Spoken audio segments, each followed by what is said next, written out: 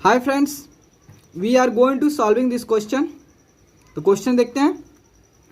Which of the following statements are true and which of the following are false. Which of them are false. ठीक है, question कर रहा है जो भी आपको गिवन जो भी फ्लोइंग स्टेटमेंट है, इस स्टेटमेंट से बताना है कि इसमें से कौन सा स्टेटमेंट जो है ट्रू है और कौन सा स्टेटमेंट जो है फॉल्स है। ठीक है, तो फर्स्ट क्वेश्चन कह रहा है आपका कि all squares are congruent. Question कह रहा है कि क्या जितना भी स्क्वायर होते हैं सभी कैंग्रुएंट होते हैं। तो देख लेते हैं। तो देखो, मान लो कि आपका यह स्क्वायर है। ठीक है, यह ABCD स्क्वायर है और ये भी जो है आपका क्या है, स्क्वायर है। यह मान लेते हैं EFGH, यह भी स्क्वायर है और आपका यह भी जो है स्क्वायर है। ठीक है, यह आपका LMNO यह भी क्या है, स्क्वायर है और यहाँ पे आपका एक यह भी जो स्क्वायर है। ठीक है, ये कौन सा मान लेते हैं हम, RSTU। ठीक है, देखो सबसे पहले हमको बात समझना है कि कैंग्रुएंट क्या होता है। कैंग्रुएंट मतलब होता है कि जो भी आपका फिगर हो वह कोरस्पॉन्डिंग फिगर के वह आइडेंटिकल है, मतलब उसकी shape wise, size wise, angle wise सभी उसके कोरस्पॉन्डिंग फिगर के सेम होनी चाहिए, तभी जाके आपका जो भी गिवन फिगर है वह कैंग्रुएंट होगा। सेम हम फिगर लेते हैं, स्क्वायर के बात हो रहा था, स्क्वायर लेते हैं। तो देखो इस स्क्वायर का जो ये भी स्क्वायर है, ये भी स्क्वायर है, ये भी स्क्वायर है, ऑल्सो ये भी स्क्वायर है, लेकिन देखते हैं सभी का एंगल भी 90 डिग्री, इसका भी 90 डिग्री है, इसका भी 90 डिग्री, इसका भी 90 डिग्री, इसका भी 90 डिग्री, लेकिन इसका लेंथ जो होता है आपको मान लो यह A हो गया, यह B हो गया और यह C हो गया और इसका लेंथ D हो गया। ठीक है, लेकिन जो है इसका जो लेंथ है इस लेंथ के इसके साइड के बराबर नहीं है। इस साइड का जो लेंथ है ये आपका इस स्क्वायर के इक्वल नहीं है, ना ही इसके इक्वल है, ओनली इक्वल है आपका A equal to D।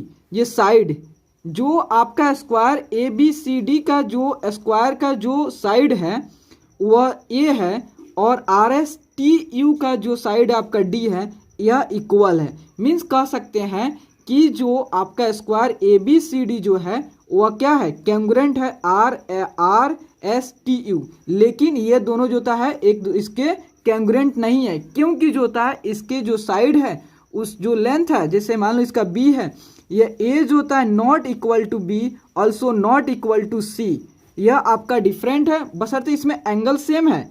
Angle इसमें भी 90 डिग्री, इसमें भी 90 डिग्री, इसमें भी 90 डिग्री, लेकिन जो है सबका साइड जो होता है, साइड का जो लेंथ है वह डिफरेंट है। अगर साइड का लेंथ डिफरेंट है तो वह आपका जो गिवन जो फिगर है स्क्वायर का वह कैंग्रुएंट नहीं होगा। तो मीन्स कहेंगे क्या कि जो भी स्क्वायर होगा, जितना भी स्क्वायर है, सभी स्क्वायर जो था कैंग्रुएंट नहीं होगा। वही स्क्वायर कैंग्रुएंट होगा अगर उसका साइड जो होता है, साइड जो था इक्वल होगा, तभी जाके वह स्क्वायर कैंग्रुएंट होगा। तो इसका मतलब जो है कि ऑल स्क्वायर आर कैंग्रुएंट नहीं, सभी स्क्वायर जो है कैंग्रुएंट नहीं होगा जब तक कि उसके जो भी साइड है स्क्वायर का वह कोरस्पॉन्डिंग स्क्वायर के साइड के इक्वल ना हो जाए। मीन्स ये क्या हो गया आपका, ये जो आपका जो है फॉल्स है। ठीक है, फॉल्स है, समझ गया। सेकंड में कह रहा है if to square have equal area तो दे कैंग्रुएंट। कह रहा है कि अगर दो स्क्वायर है, ठीक है, अगर दो स्क्वायर का एरिया अगर दो स्क्वायर है और दो स्क्वायर का एरिया अगर इक्वल है तो क्या वाकई में जो स्क्वायर है वह कैंग्रुएंट में होंगे। तो देख लेते हैं। तो देखो, तो मान लेते हैं कि आपका सपोज सेकंड नंबर क्वेश्चन, आपका एक स्क्वायर यह है। ठीक है, ABCD। ठीक है, और एक और स्क्वायर लेते हैं, मानते हैं यह आपका EFGH। अगर एरिया ऑफ ABCD का स्क्वायर का इक्वल होगा एरिया ऑफ EFGH के। ठीक है, अगर एरिया ऑफ ABCD स्क्वायर का जो एरिया है वह एरिया ऑफ EFGH के एरिया के इक्वल होगा, तो हम कहेंगे कि जो आपका स्क्वायर है ए बी सी डी जो है वह कैंगुरेंट होगा square E F G H के। क्यों? क्योंकि इसमें भी देखो एंगल 90 डिग्री है, इसमें भी 90 डिग्री है, और इसका भी साइड अगर एरिया सेम होगा तो इसका भी साइड सेम आएगा और इसका भी साइड सेम होगा। एरिया दोनों का अगर सेम आएगा तो साइड सेम आएगा और उसकी एंगल सेम आएगी, और दोनों का जो शेप है जो उसका शेप तो स्क्वायर होगा लेकिन जो उसकी साइज होगा दोनों का साइज क्या होगा? सेम होगा। तो हम कह सकते हैं कि अगर दो गिवन स्क्वायर है, अगर उसकी एरिया जो था सेम है, तो वह गिवन जो भी दो स्क्वायर है वह एक दूसरे क्या होंगे? कैंगुरेंट होंगे। ठीक है, मतलब आइडेंटिकल होंगे, दोनों स्क्वायर आइडेंटिकल होंगे, क्योंकि अगर उसका स्क्वायर सेम हो तो। ठीक है, तो आपका सेकंड में क्या होगा? सेकंड होगा आपका ट्रू कि यदि दो if two square have equal area, यदि दो स्क्वायर का एरिया जो था सेम होगा तो वह दोनों स्क्वायर जो था एक दूसरे को क्या होगा? कैंगुरेंट होगा। मतलब यह आपका ट्रू स्टेटमेंट है। ठीक है, अब थर्ड देखते हैं। कह रहा है if to figure have equal area तो दे आर कैंगुरेंट। अब समझने वाली बात है कि वहां पर देखे थे स्क्वायर भी आपका फिगर है, कोई ना कोई फिगर है, तो यहां पर कह रहा है यदि दो फिगर का एरिया अगर इक्वल है तो क्या वह दोनों फिगर जो होता है वाकई में कैंगुरेंट है? चलो देख लेते हैं। सपोज हम ले लेते हैं थर्ड नंबर। ठीक है, थर्ड नंबर क्वेश्चन देखते हैं।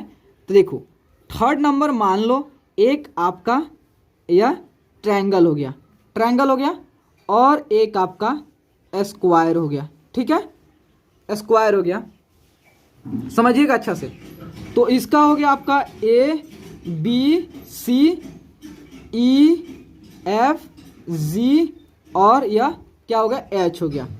अगर आप मान लेते हैं एरिया ऑफ ट्रायंगल, ठीक है, ट्रायंगल जो होता है area of triangle A B C और equal to area of square E F G H. अब समझिएगा, देखिए कि अगर जो है यह भी ट्रायंगल है, यह स्क्वायर है। ठीक है, ट्रायंगल है और यह स्क्वायर है और दोनों की एरिया इक्वल है। ठीक है, अगर एरिया दोनों के इक्वल हो जाए तो क्या इसमें जो एंगल है, इसमें देखो इसमें तो एक्यूट एंगल बन रहा है बट इसमें 90 डिग्री बन रहा है। ठीक है, इसका भी साइड डिफरेंट आएगा, इसका साइड डिफरेंट है, क्योंकि स्क्वायर है तो उसका लेंथ अलग आएगा, इसका लेंथ जो है जो साइड का लेंथ अलग आएगा। अगर उससे भी नहीं समझते हैं, मान लो कि यह स्क्वायर है, जब इस स्क्वायर को उठा के इसको मान लो ब्लेड से काट कर, कैंची से काट कर इसको जो क्या करोगे इस ट्रायंगल पे रखोगे, तो क्या इस ट्रायंगल के पूरी शेप को यह कवर कर लेगा? ओवरलैप होगा? नहीं होगा। सपोज ये ऐसे कहीं हो सकता है, ऐसे होगा। ठीक है, ऐसे हो जाएगा, तो क्या टोटली जो होता है क्या इस ट्रायंगल को यह स्क्वायर ओवरलैप कर रहा है? नहीं कर रहा है। देखो कैंगुरेंट मतलब क्या होता है कि दो फिगर वह मतलब हर एक क्षेत्र से आपका साइड वाइज, एंगल वाइज, वह जो है वर्टेक्स वाइज सभी जो है वह सेम आ गया, मतलब आइडेंटिकल। दो फिगर अगर आइडेंटिकल है तो उसे हम क्या कहते हैं? कैंगुरेंट कहते हैं। तो यह पूरी तरह से फिट नहीं हो रहा है, मतलब इसका एंगल भी डिफरेंट है, इसका साइड भी डिफरेंट है, लेकिन ओनली इसकी एरिया कह देने से दो फिगर का जो भी दो फिगर है वह एक दूसरे के कैंगुरेंट नहीं होंगे, क्योंकि जो होता है दोनों का साइज, दोनों का एंगल जो होता है डिफरेंट होगा। लेकिन यहाँ पे बात आपने सेकंड में बोला कि दो स्क्वायर की अगर एरिया सेम हो जाए तो क्या वह जो होता है कैंगुरेंट होंगे? हाँ, कैंगुरेंट होंगे। क्यों? क्योंकि जो होता है अगर इस स्क्वायर को इस स्क्वायर के ऊपर आप ओवरलैप करोगे, इसके कवर करोगे, तो यह स्क्वायर जो होता है ई एफ जी एस जो स्क्वायर है वो टोटली जो होता है ए बी सी डी को ओवरलैप कर लेगा। ठीक है, तो मतलब 3 नंबर में क्या होगा आपका? 3 नंबर में आपका फॉल्स होगा। ठीक है, 3 नंबर में आपका फॉल्स होगा। ठीक है, उसके बाद 4 नंबर देखते हैं। 4 नंबर देखते हैं आपका कह रहा है if two triangle are equal in area. 4 नंबर जो है if two triangle are equal in area then they are congruent. अब कह रहा है क्या दो ट्रायंगल जो है उसकी एरिया अगर जो होता है सेम है तो क्या जो होता है वह जो गिवन जो ट्रायंगल है वह कैंगुरेंट होंगे। चलो इसको भी देख लेते हैं। 4 नंबर कह रहा है कि दो ट्रायंगल, मान लो कि हमारा यह राइट एंगल ट्रायंगल, इसी को भी ट्रायंगल कहते हैं, राइट एंगल ट्रायंगल, इसको भी ट्रायंगल मान लो, यह हमारा इक्विलेटरल ट्रायंगल है। और एरिया ऑफ ट्रायंगल ये कौन सा, आपको मान लो ABC और यह मान लो EFG है, ठीक है। तो एरिया ऑफ दिस ट्रायंगल ये 90 डिग्री, तो एरिया ऑफ ट्रायंगल जो होता है ABC इक्वल है एरिया ऑफ EFG, ठीक है। तो देखिएगा, लेकिन जितना एरिया इस राइट एंगल की है उतना ही एरिया जो इस इक्विलेटरल ट्रायंगल की है, ठीक है। मान लो इक्विलेटरल ट्रायंगल एज एज्यूम लिया, मतलब यहाँ पे आइसोस्केलेस ले सकते हो, स्केलेस ले सकते, कोई भी ले सकते हो, वो आप पे डिपेंड करा, ठीक है। तो देखो, अगर इस जो भी सरफेस आपका ट्रायंगल है, इस ट्रायंगल को ओवरलैप कराओगे तो क्या ये ट्रायंगल जो होता है पूरी तरह से, क्या ए जो होता है जी को कोइंसाइड करेगा, क्या बी जो है ई के कोइंसाइड करेगा, क्या सी जो होता है एफ का कोइंसाइड करेगा, नहीं करेगा, क्योंकि जो होता है इसका एंगल कुछ और है, इसका एंगल कुछ और है। मान लेते हैं यह आपका इक्विलेटरल ट्रायंगल, तो इसका सभी एंगल जो होता है 60 डिग्री होगा, लेकिन इसका एक एंगल यह 90 डिग्री होगा और यह दो एंगल का सम 90 डिग्री होगा। तो मतलब दो एंगल का सम मतलब 40-45 हो सकता है। तो मतलब जो होता है कि अगर हम कहें कि दो ट्रायंगल की एरिया अगर सेम है तो वह कैंगुरेंट नहीं होगा, क्योंकि जो होता है उसकी एंगल डिफरेंट हो जाते हैं, ठीक है। तो ये आपका क्या हो जाएगा 4 नंबर में आपका जो है फॉल्स होगा, ठीक है। 4 नंबर में आपका फॉल्स होगा। अब देखते हैं आपका 5 नंबर, ठीक है। तो देखो 5 नंबर में बोलता है, 5 नंबर क्वेश्चन कर रहा है कि if 2 sides and 1 angles of a triangle are equal. देखो, यदि 2 साइड्स और 1 angle of triangle are equal to corresponding 2 sides and angle of another triangle, then the triangles are congruent, ठीक है। इसको भी समझाते हैं आपको। तो देखिएगा, तो सपोज मान लेते हैं कि हमारा किधर गया 5 नंबर में है। तो सपोज मान लेते हैं कि कौन सा ट्रायंगल है, कि देखो ये आपका कोई एक ट्रायंगल है, स्केलस हो या आइसोस्केलस है या इक्विलेटरल कोई भी ट्रायंगल है, और ये आपका ट्रायंगल है, ठीक है। ये ट्रायंगल है, कोई ट्रायंगल होगा, ये मान लेते हैं ABC, ये DEF, ठीक है। तो देखो कह रहा है कि यदि दो साइड, सपोज मान लेते हैं कि AB साइड जो है इक्वल है DE के, ठीक है, आप समझिएगा। और if two side and one angle, if two side and one angle, और मान लेते हैं कि यह साइड जो है CB जो साइड है वह EF साइड के इक्वल है, ठीक है। और कह रहा है कि और एक एंगल जो है इक्वल है, और एक एंगल, यह बात नहीं तो बोला है इसमें, यह नहीं बोला है कि दो साइड के बीच का जो एंगल इक्वल है कोरस्पॉन्डिंग ट्रायंगल, ये तो नहीं बोला। सपोज आप यह भी ले सकते हो, आप यह भी ले सकते हो, यह भी ले सकते हो, यह तो नहीं बोला है कि उसके दो साइड के इंक्लूडेड एंगल लेना है। मतलब कि देखो, यह अगर मान लेते हैं हम यह एंगल लेते हैं तो यह क्या हो जाएगा, तो ट्रायंगल जो होता है तो ये आपका साइड S, उसके बाद SA। तो क्या कोई ऐसा ट्रायंगल, दो ट्रायंगल को कैंग्रेंट होने के लिए ऐसा क्या कोई कंडीशन होता है कि SSA होता है? कहीं नहीं होता है। आपका कौन कौन कंडीशन होता है, SAS से, चाहे SSS से, या ASA से, या जो था AAS से, या RHS से, ठीक है। तो देखो यहाँ कह रहा है दो साइड और कोई एक एंगल, अगर कहता इंक्लूडेड एंगल, दो साइड के बीच का इंक्लूडेड एंगल कहता, तब जाके आपका, अगर देखो angle C equal to angle E होता तो आप कह सकते थे कि जो आपका ट्रायंगल जो है, ट्रायंगल ABC जो है वह कैंगुरेंट होता ट्रायंगल DEF के, किसके, आपका SAS से। लेकिन इसमें यह नहीं बोला है कि दो साइड के बीच का जो इंक्लूडेड एंगल है कोरस्पॉन्डिंग ट्रायंगल के ट्रायंगल के दो साइड के बीच के इंक्लूडेड एंगल के इक्वल है, यह तो नहीं बोला है। तो आप कोई भी एंगल ले सकते हो, अगर कोई भी एंगल ले रहे हो तो हर एक कंडीशन पे यह हमारा ट्रू नहीं हो रहा है, फॉल्स हो रहा है। तो अगर ऐसा कोई कंडीशन नहीं होता कि SSA जो होता है से हमारा ट्रायंगल, दो ट्रायंगल जो होता है कैंगुरेंट हो जाए, तो मीन्स होता है यह क्या हो जाएगा, फॉल्स हो जाए, क्योंकि SSA जो कोई कंडीशन नहीं होता है, ठीक है। तो देखो क्या हो जाएगा, ये आपका 5 नंबर में फॉल्स है, क्योंकि जो था ये अगर बोला होता कि दो साइड के बीच की जो इंक्लूडेड एंगल है कोरस्पॉन्डिंग दो साइड के इंक्लूडेड एंगल के इक्वल होता, तब जाके आपका दो ट्रायंगल इक्वल होता, कैंग्रुएंट होता, अदरवाइज कांट पॉसिबल। ठीक है, उसके बाद 6 नंबर देखते हैं। कहता है कि if two angle and any side of a triangle are equal to the corresponding angle and the sides of another triangle then the triangle are congruent। ठीक है, इसे भी देखते हैं। देखो क्वेश्चन बोल रहा है कि आपका दो ट्रायंगल है, ठीक है, दो आपका ट्रायंगल है, दो ट्रायंगल है, आपका यह ट्रायंगल है, आपका यह ट्रायंगल है। ठीक है, मान लेते हैं यह आपका ABC ट्रायंगल है और यह आपका DEF ट्रायंगल है। ठीक है, DEF ट्रायंगल है।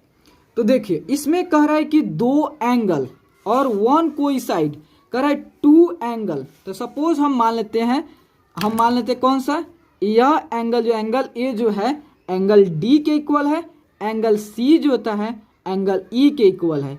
आप कोई भी साइड ले सकते हो, यह साइड ले सकते हो, यह साइड इस साइड की इक्वल है, या यह भी ले सकते हो, यह साइड जो होता है इस साइड के इक्वल है, आप ले सकते हो। तो आप जानते हो कि ट्रायंगल की एक कंडीशन होती है AAS कंडीशन। AAS कंडीशन से आपका ये जो ट्रायंगल है, ट्रायंगल ABC, ये क्या है, ABC जो है वह किसके है, DEABC। तो DFE जो ट्रायंगल जो था कैंग्रुएंट है, किस कंडीशन से, AAS से। कैसे, एंगल साइड या एंगल साइड, इससे भी एंगल साइड। ठीक है, मतलब अगर किसी दो ट्रायंगल का, कोई भी दो ट्रायंगल का अगर दो एंगल और कोई एक साइड इक्वल होता है, करस्पॉन्डिंग ट्रायंगल के दो साइड, दो एंगल एक ट्रायंगल के इक्वल होता है, तो वह दोनों जो गिवन ट्रायंगल है वो आपका क्या होगा, कैंग्रुएंट होगा। तो कह सकते हो कि आपका जो स्टेटमेंट जो 6 नंबर में ये क्या है, ट्रू है। ठीक है, उसके बाद 8 नंबर देखते हैं, 7 नंबर कौन था मेरा, यहाँ 7 नंबर देखते हैं। कह रहा if 3 angles of triangle are equal to the corresponding angle of another triangle then the triangles are called congruent. Question कर रहा है कि अगर जो होता है दो ट्रायंगल हो गया, ठीक है, दो ट्रायंगल हो गया, ठीक है, दो ट्रायंगल हो गया, ये आपका ट्रायंगल ABC है और ये आपका DEABC है, तो DEF है। ठीक है, तो क्या जो था अगर इसके सभी एंगल, ये भी एंगल, अगर एंगल A जो है एंगल D के इक्वल है, ठीक है, और एंगल B जो है एंगल जो होता है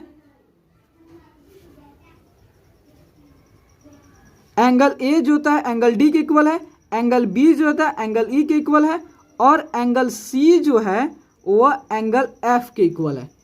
अगर ऐसा कोई कंडीशन है कि ए से कोई ट्रायंगल, आपका कोई दो ट्रायंगल की अगर तीनों एंगल, कोरस्पॉन्डिंग ट्रायंगल के तीनों एंगल के अगर बराबर हो, कोरस्पॉन्डिंग एंगल बराबर हो, तो क्या हुआ, जो भी गिवन ट्रायंगल है वो कैंग्रुएंट होगा, नहीं होगा। क्योंकि आपने अभी देखा कि या अगर ट्रिपल एस तीनों साइड ट्रायंगल के इक्वल होगा कोरस्पॉन्डिंग ट्रायंगल के, तभी जाके होगा, या SAS से या ASA से या AAS से या RHS से। लेकिन ए कोई कंडीशन है। देखो यह ट्रायंगल छोटा है, इसके सभी एंगल आपका क्या है, इसका एंगल इसके एंगल के इक्वल है, इसका एंगल इसके इक्वल है, और यह एंगल जो होता है इस एंगल की इक्वल है। फिर भी जो होता है ये ट्रायंगल कैंग्रुएंट नहीं है, क्योंकि जो होता है अगर इसको इसके ऊपर रखोगे तो इसका साइज बड़ा हो जाएगा, इसका साइज छोटा होगा, मतलब दोनों ट्रायंगल एक दूसरे को आइडेंटिकल नहीं होगा। मीन्स कह सकते हो कि ए ट्रिपल ए कोई कंडीशन नहीं होता है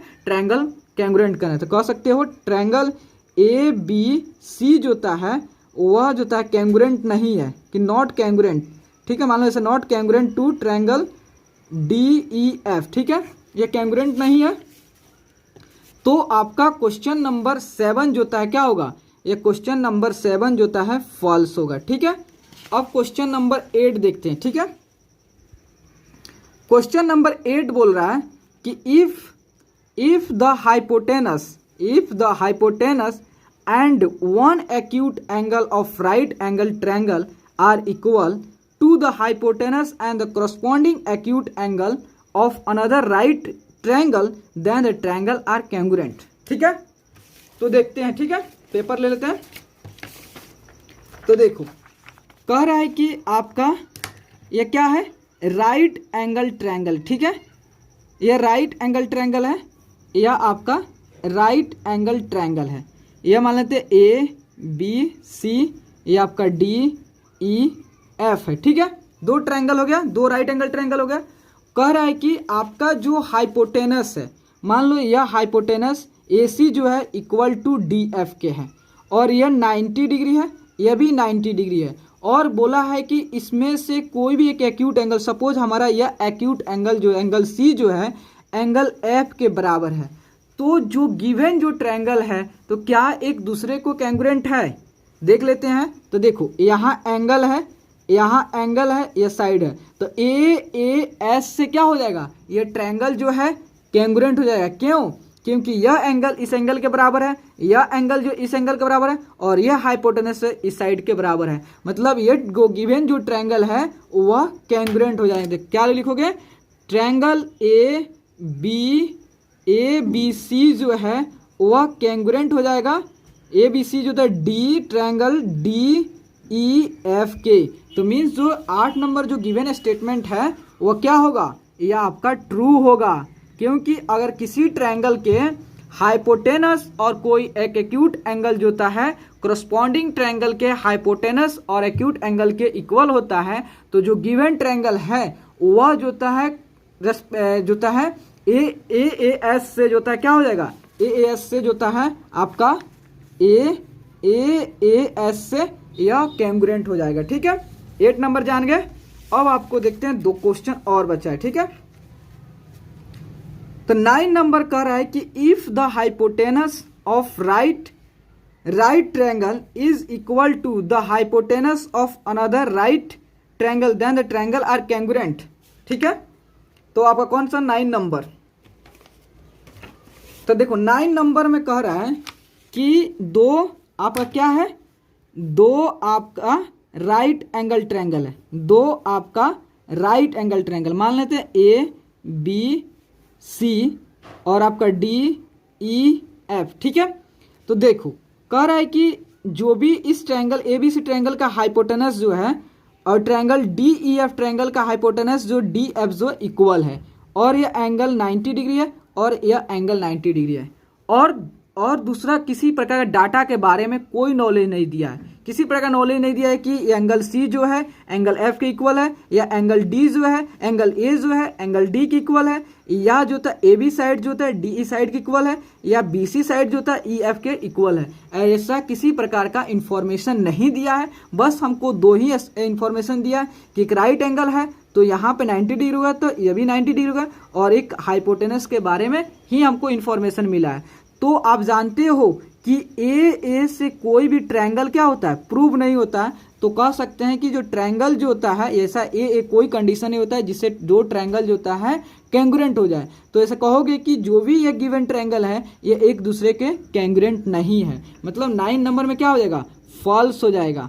क्या होगा, फॉल्स है. क्योंकि जो होता है ए ऐसा कोई कंडीशन ऐसा नहीं होता है जिससे दो ट्रायंगल जो होता है, दो राइट एंगल ट्रायंगल जो होता है वह कैंग्रुएंट हो जाए. ठीक है, उसके बाद देखते हैं 10th नंबर, लास्ट क्वेश्चन देखते हैं.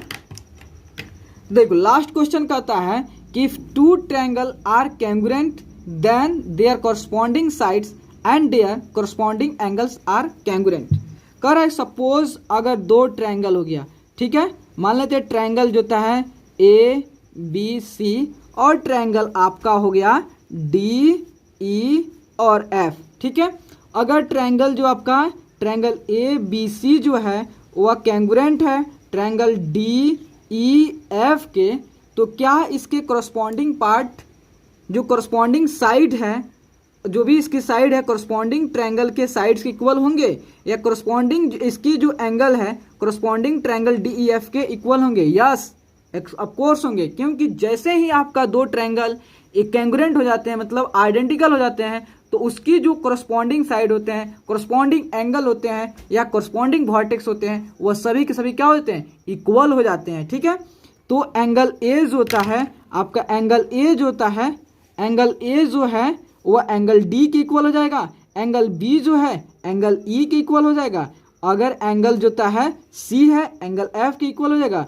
ए बी जो होता है सपोज डी ई के इक्वल हो जाए, ए सी जो होता है डी एफ के इक्वल हो जाएगा, और कोई मान लो ये भी नहीं हो सकता है केवल इसी के इक्वल हो, कुछ ए बी जो होता है ई एफ के भी इक्वल हो सकता है, और बी सी जो होता है इसके इक्वल हो गया, और जो वर्टेक्स ए जो है वो वर्टेक्स डी को क्या करेगा, कोइंसाइड इसके कैंगुरेंट हो जाएगा, बी जो होता है ई के करस्पॉन्डिंग कैंगुरेंट, यह क्या होगा करस्पॉन्ड इसके कैंगुरेंट हो जाएंगे, और सी जो होता है एफ के, मतलब सभी जो होता है एक दूसरे के क्या हो जाएंगे, वह इक्वल हो जाए, सभी जो होता है एक दूसरे का इक्वल हो जाए। जैसे ही आपका दो ट्रायंगल कैंगुरेंट होंगे तो उसकी जो भी करस्पॉन्डिंग साइड है, करस्पॉन्डिंग एंगल है, करस्पॉन्डिंग वर्टेक्स जो है सभी के सभी क्या होते हैं, कैंगुरेंट हो जाते हैं, मतलब आइडेंटिकल हो जाते हैं। तो मीन्स जो भी ये स्टेटमेंट है ये आपका क्या है, ट्रू है। ठीक है, थैंक यू फ्रेंड्स। अगर आपको वीडियो अच्छा लगे और आपके लिए हेल्पफुल है तो प्लीज़ चैनल को लाइक एंड सब्सक्राइब प्लीज़ ज़रूर करें, क्योंकि आपके like and subscribe he motivate कर दोस्तों। Okay, thank you friends.